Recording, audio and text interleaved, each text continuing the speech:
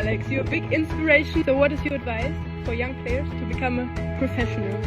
My advice to younger players would be to just find what you love. Even if it's in tennis or anything else, if you love what you do, it's so much easier to go through the hard times. Kagulat World. May isang viral video ngayon na hindi tungkol sa panalo, hindi tungkol sa ranking, at hindi tungkol sa trophy. Pero ang epekto, mas malalim pa kaysa sa isang championship highlight. Sa kumakalat na video sa social media, nagbigay ng simpleng mensahe ang Filipina tennis sensation na si Alexandra Ayala. Isang payo na ngayon ay umuukit ng inspirasyon sa libu-libong kabataang Pilipino. Hindi niya sinabi sa mga bata na maging tulad niya. Hindi niya sinabi na sundan ang eksaktong landas na tinahak niya. Sa halip, isang malinaw na linya ang tumatak sa puso ng maraming nakapanood. Find what you love, whether it's in tennis or anything you do.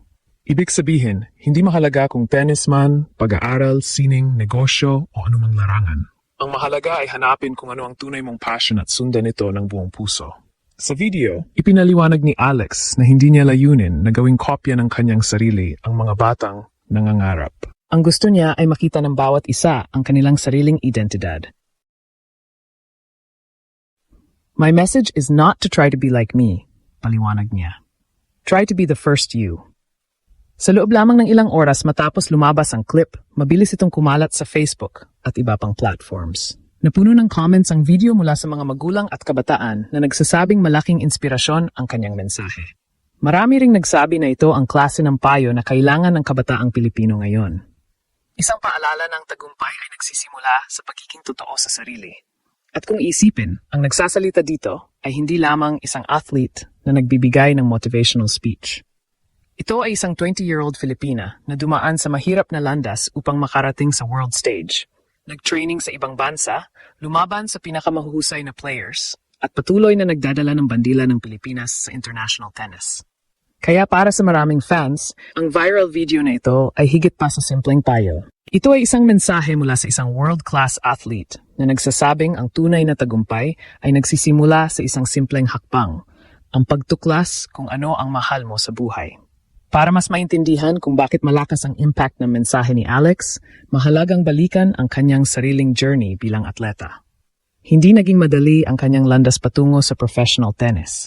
Sa murang edad, kinailangan niyang lumayo sa Pilipinas upang mag-training sa Rafa Nadal Academy, isang world-class training center na itinatag ng Spanish legend na si Rafael Nadal. Para sa isang batang atleta, ang ganitong desisyon ay nangangahulugan ng malaking sakripisyo. Malayo sa pamilya, mahigpit na training schedule at araw-araw na kompetisyon laban sa international players. Ngunit dahil mahal niya ang tennis, pinili ni Alex na tahakin ang mahirap na landas na iyon. Sa junior circuit pa lamang, nagpakita na siya ng world-class potential. Nakagawa siya ng kasaysayan bilang isa sa mga Pinoy players na nagtagumpay sa Grand Slam junior events. Pagdating sa professional tour, mas lalo pang lumawak ang kanyang exposure. Isa sa pinakamalaking moments ng kanyang career ay nang gumawa siya ng historic run sa Miami Open kung saan umabot siya sa semifinals laban sa ilang mas mataas ang ranking na players. Ang mga ganitong tagumpay ang dahilan kung bakit maraming kabataan ngayon ang tumitingala sa kanya bilang role model. Ngunit sa kabila ng lahat ng kanyang achievements, nananatiling simple ang kanyang payo sa mga bata. Find what you love, whether it's in tennis or anything you do.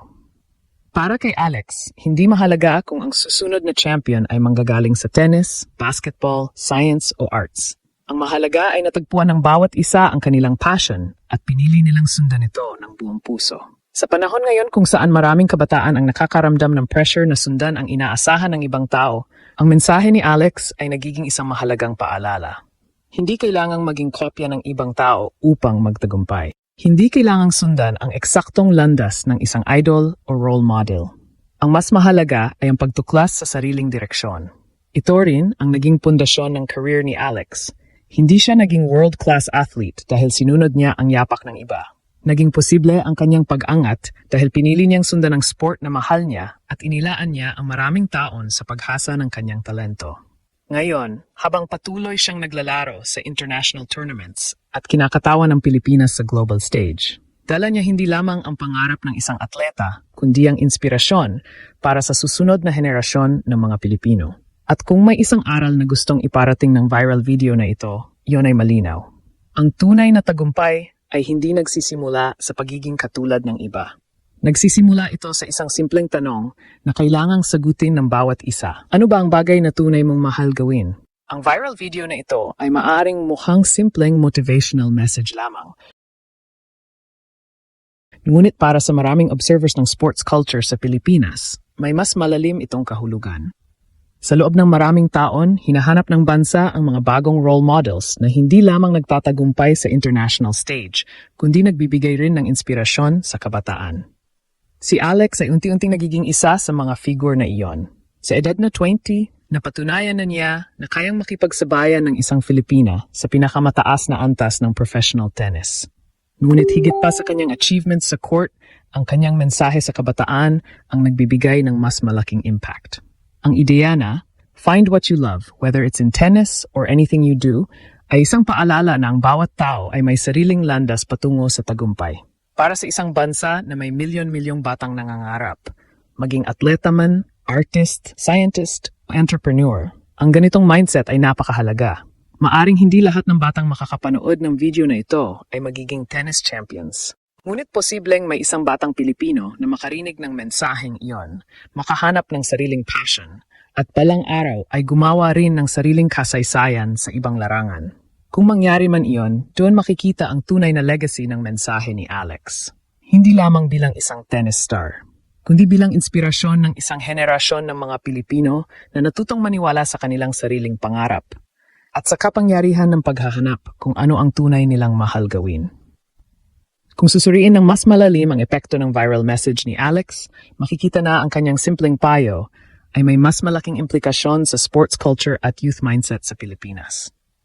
Sa modern era, kung saan maraming kabataan ang exposed sa social media pressure at comparison sa ibang tao, ang mensaheng find what you love, whether it's in tennis or anything you do, ay nagiging isang mahalagang counter-narrative. Sa psychology ng elite athletes, isa sa pinakamalakas na driving force ng long-term success